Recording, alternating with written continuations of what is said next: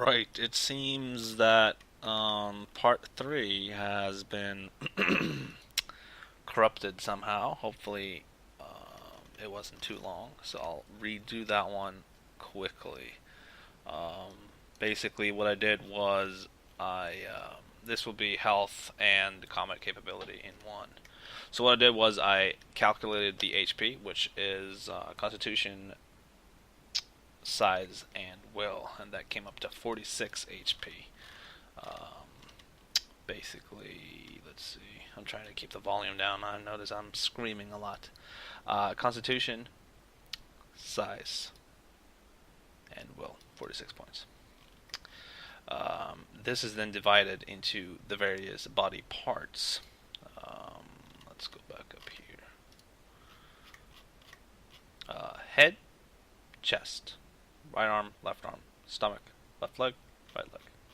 This is divided by 4 in your head, right arm, and left arm. I've already done this, um, and I don't really feel like doing it again. So, chest is divided by 2, 46 divided by 2, as you can see right there. And then the rest of the body is divided by 3, as I've done, and that is 15. You can count on this at home if you feel like. Combat capability is strength, dexterity, and constitution divided by 3. You add them together and then divided by 3. This is your base pool, your combat capability pool. This is used on all weapons, both ranged and melee. And then you basically add your weapon skill into this, or weapon mastery skill. Luckily, this will actually be part 4.5, or this will be part 5. I'll just skip part 3 altogether. No, you know what? I'll make this part. This should be part 5, but I think I'll just rename the other one, so this will be part 4. Whatever. Because I already calculated all the skills in part 4. So what this means is you'll be able to, because my pool is 16 when everything is calculated, and so basically my pool with one-handed axis is 16 plus skill. It's X at the moment, and I'll scroll up, and for those of you who've seen part 3, you know it's 10. Bush. And this is just to show you weapon mastery, melee weapon, one-handed axis. You can put a little X in there. 10. You can even put an axe, an E in there as well. 10. So, that is 10. My same pool with one-handed swords is 16 plus X, or Y if you want to be a true mathematician, but I don't really care. One-handed swords, 8. So, 8. Alright. You always calculate your pool, or combat capability pool, with whatever weapon you have on hand. So, for example, if I had both an axe and a sword, it would not be 10 plus 8. Because my left hand, there's a skill called two-weapon fighting, which is exactly like a shield, I'll explain. Because then I've got medium shields. And I got a 5, I think. I'll go back up and look. Yes, 5. So basically, it would be 16 plus 5 when I'm only holding a shield. Now, here comes the tricky part. Because you add, as I said, everything you hold in your hands. The only exception being two weapons. So, let's say I hold my hand axe and my shield in my hands. That is one-handed axes plus shield equals to 16 plus 5 plus 10 plus 5. Alright, so that's 31, if I'm not entirely out and about. So for example, if I had two-weapon fighting X, that would be, and to be able to use two weapons, you need to have weapon training in both of those weapons. So, for example, I couldn't use a one-handed axe and a one-handed mace because I don't know how to use a mace in my other hand. So, you need at least one skill rank in the weapon you want to use. Otherwise, you count as unskilled. Basically, you don't know how to use it, so you lose half your pool. But that's another point we'll get to with my players. Basically, this is just to calculate your combat capability pool, because that is a part of character creation process. That is why I include it. Because gameplay will hopefully come later. We'll see if I do. If this becomes either popular or if I just feel like doing it. So 2-up and fighting X, and then you need to add the main hand weapon. So 2-up and fighting is for the offhand, and then you got main hand. Exactly like shields, right? So shields is 5, and in this particular event it is X. So let's say I've got an axe in my main hand that is 16 plus 10 plus X. If it had been a one-handed sword, it would have been 16 plus 8 plus X. Pretty simple. And for this example, seeing as I will be fighting with a one-handed axe and a shield, I'll be going with 31 to calculate my various stances. You need to look at the weapon skill in the book. So we'll do that now, just because, why not? I'm looking for a bow. There it is. Right. So if we looky here,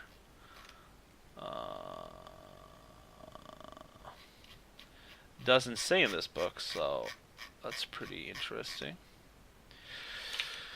You get a number of actions per turn, depending on how much, how high your skill is in that particular skill. It's in the expert book. It didn't seem to be here. I assume it's under the combat chapter. No, I'm not gonna. Yeah, basically you got attacks and parries. That's what you get to put these in on, and up to 14, because these are called combat points. But I don't know, so cops. And these cops are used up to 14. It's a 1-for-1 basis, and then after 14 is a 2-for-1 basis. And I got 31 of these points.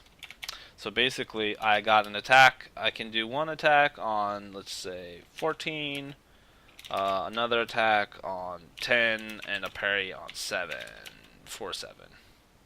That would be one pretty aggressive stance. So I'd name this aggressive stance 2 attacks, for example. And then I need a defensive stance.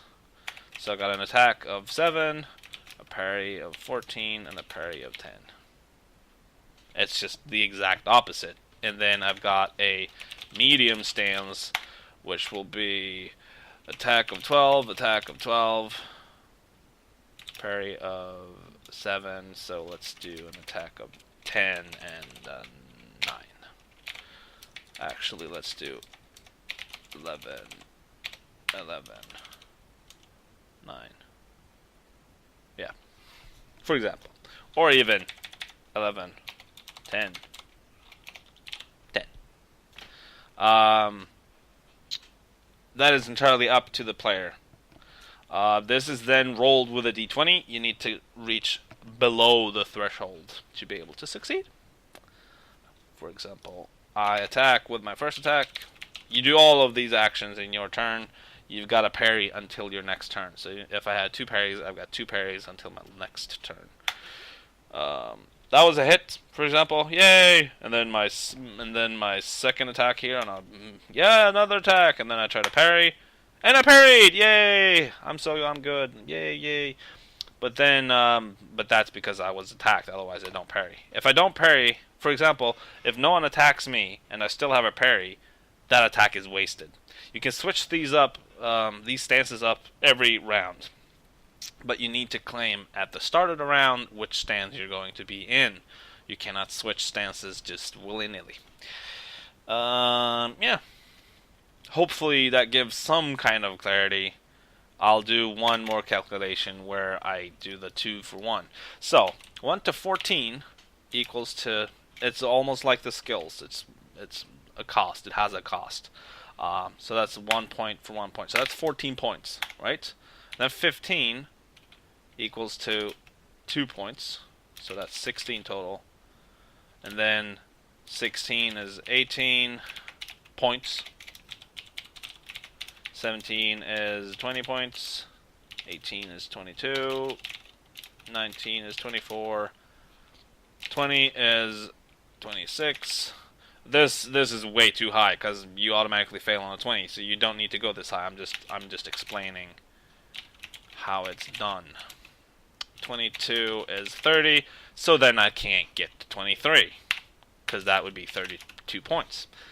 I can't go to 23 because I've only got 31 points. So that is the limit. 22 is the limit.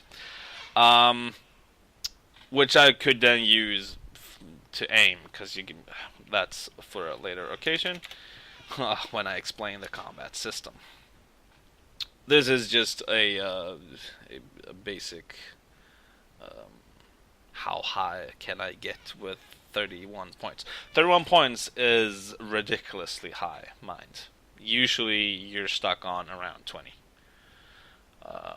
For example, a non-combat character would probably have only a 1 or a 2 in a weapon skill, at most. Like if we look at my tertiary skills, I got 3. So that would be 3 plus 16, so 19. So that would be mean maybe an attack of a 10 and a parry of 9, or so it's entirely up to you, because I did say that I wanted to get really high in my this is a really fighter heavy guy. And then it's equipment, and that is as straightforward as it possibly can get. I will be scrolling till I find it. Here we go. So these are the close combat weapon table. This is their price. I've got 500, and you just spend it straight up. Let's see. These are melee weapons. They deal. This is their initiative modifier. Heavy weapons are slow. Light weapons are fast. This is their weight in kilograms. This is their breaking point worth. So durability, just straight up durability. This is the strength requirement. If you hold them in both hands, your strength doubles. So, for example, for a two-handed pick, you need 13. Yeah, this is their damage. And the damage ranges. And then you've got different pictures of these bastards. Let's see if I can do. There we go. Here's the ranged weapons. They don't have a durability value, as you can see, because you cannot parry with ranged weapons. You say, but Legolas? And I go, no Legolas. This is their range. This is their prize. Nothing else. No, exactly. Nothing other. There's nothing newsworthy about those things. These are throwing weapons. They, however, can be parried with. That is why they have a durability. We usually do that within a certain range. You add your strength bonus. This game doesn't, but we do, because we feel that if you're strong, you'd be able to throw something harder than if you're weak. And these are the various shields. Light shield, medium shield, heavy shield. There are 2 heavy shields. And then there are very slight variations within, because you can, this is the durability, and I'll explain that probably in another chapter. But I'd probably go for, as you can see, a medium shield here. Blip, so I type that down into my character sheet, like everything that's here. Whoops. And then you can get armor as well. Armor can be of various different types of well, just armor types. You got heavy cloth, or thick cloth rather, leather, studded leather, um,